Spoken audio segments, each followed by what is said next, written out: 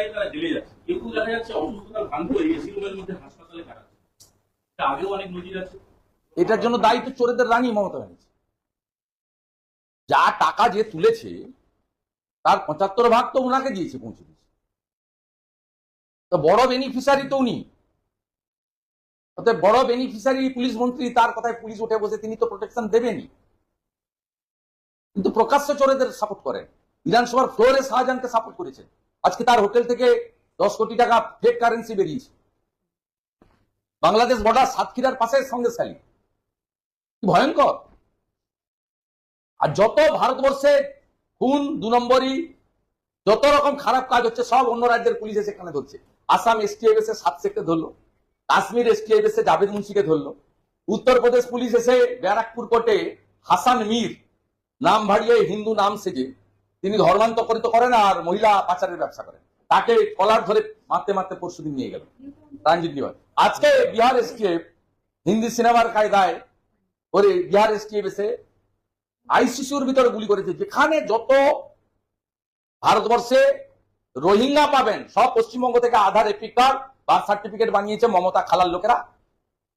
আর যত জঙ্গি গুন্ডা যত পাবেন গোটা ভারতবর্ষ থেকে সেফেস্ট প্লেস হচ্ছে পশ্চিমবঙ্গ। বেকারত্বের হাত, শিক্ষা বিপর্যয়ের হাত, শিল্প তাড়ানোর হাত, নারী সুরক্ষা তলানিতে চলে যাওয়ার হাতের সাথে সাথে এই বাংলা এখন খালা মমতার নেতৃত্বে জঙ্গিদের, দুষ্কৃতকারীদের হাবে পরিণত হয়েছে। চেন্নাইতে দেখা যাচ্ছে উনি তো শিল্প হাব করতে পারেননি। কাল প্রধানমন্ত্রীজি ভালো করে ব্যাখ্যা করে বলে গেছেন, তিনি জঙ্গিদের হাত করে দিয়েছেন। কেউ নিরাপদ নয়, আপনি আমি কেউ নিরাপদ নয়। যখন যাকে পারবে আইসিসির ভিতরে পাটনায় গুলি করে মেরে দিয়ে চলে এসছে, সেফেস্ট জায়গা। আমার স্থির বিশ্বাস পশ্চিমবঙ্গ পুলিশ মানে মমতা পুলিশকে আগে থেকে জানায়নি বিহার পুলিশ, জানালে ধরতে দিত না। 7 শেখ নিজে বলছে আমি 3 বার তৃণমূলকে ভোট দিয়েছি আনসারুল বাংলাদেশ হরিহরপাড়া খাজেরি মাদ্রাসা। চেন্নাইতে দেখা যাচ্ছে যে পরিযায়ী শ্রমিক তাদের উপরে হামলা হচ্ছে, মুর্শিদাবাদের বাড়ি। তৃণমূল কংগ্রেস অন্যান্য রাজ্যের কথা বললে তারা না না, পরিযায়ী শ্রমিকদের উপর কোনো হামলা হয়নি। সব রোহিঙ্গা মুসলমান, এবার ঝাড়াই বাছাই করার সময় কোঅপারেট করা উচিত।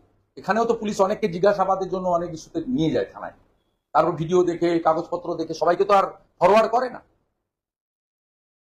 আপনি কথা বলছেন একই রকম, আপনার পোশাক একই রকম, আপনার চেহারার গড়ন একই রকম, আর বাকিটা বললাম না। তা সেরকম সবকে নিয়ে গেছে 40 জনকে, তাতে বেঁচেছে ভারতীয় কারা অভারতীয় কারা। অভারতীয় মানে রোহিঙ্গা মুসলমান, বাংলাদেশি মুসলমান।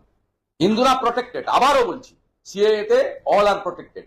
এটা প্রমাণ হয়ে গেছে বিটান অধিকারীর স্ত্রীকে উইদিন 15 ডেজ ভারত সরকার সিটিজেনশিপ সিএএ এর অন্তর্গত সার্টিফিকেট দিয়ে দিয়েছে। এই সিএএ কে মমতা ব্যানার্জি চ্যালেঞ্জ করেছিল। আজকে সিএএ তে প্রত্যেক দিন হাজার হাজার হিন্দু অ্যাপ্লাই করছে, দেখে নেন লম্বা তালিকা। মাত্র 732টা ছিল 6 মাস আগে, আজকে হাজার হাজার অ্যাপ্লাই করছে এবং কনসিডার করছে ভারত সরকার। All Hindus coming from Bangladesh ধর্মীয় উৎপীড়নের কারণে সব পশ্চিমবঙ্গে সিএএ এর অন্তর্গত মোদিজির হাতে সুরক্ষিত। রোহিঙ্গা মুসলমান এবং বাংলাদেশি মুসলমানের ভারতবর্ষের কোথাও ঠাঁই নেই, পশ্চিমবঙ্গে তো ঠাঁই থাকার প্রশ্নই। তারা ভারত সরকারের সঙ্গে কোঅপারেট করছেন, তারা ইনফিল্ট্রেটার্সের যে অনুপ্রবেশকারীর যে আইন আছে, আবারও বলছি হিন্দু, শিখ, জৈন, খ্রিস্টান, পার্সি, বুদ্ধিস্টরা হচ্ছে শরণার্থী আফগানিস্তান, পাকিস্তান, বাংলাদেশ থেকে যারা ধর্মীয় উৎপীড়নের কারণে এসেছেন। কিন্তু বাংলাদেশি মুসলমান এবং বাংলাদেশি রোহিঙ্গা যারা বার্মা হয়ে কক্সবাজারের ক্যাম্পে থেকেছেন, তারপরে ঢুকে পড়েছেন খালার হাত ধরে এখানে 540 কিলোমিটার বেড়া নেই, তাদেরকে সব রাজ্যই বের করতে চায়। সিদ্ধারামাইয়াজি কদিন আগেই বলেছেন যে আমরা এই বিষয়ে ভারত সরকারের গৃহ মন্ত্রণালয়ের যে গাইডলাইন অ্যাডভাইসারি তাকে আমরা মেনে চলব। এটা অ্যাডভাইসারি, এখানে বিজেপি নন বিজেপি নয়, এটা দেশের প্রশ্ন, দেশের প্রশ্ন। এবং আমি পশ্চিমবাংলার ভারতীয় মুসলিমদেরও এই বিষয়ে কোঅপারেট করার জন্য বলব। এটা দেশের প্রশ্ন, এটা কোনো দলের প্রশ্ন নয়।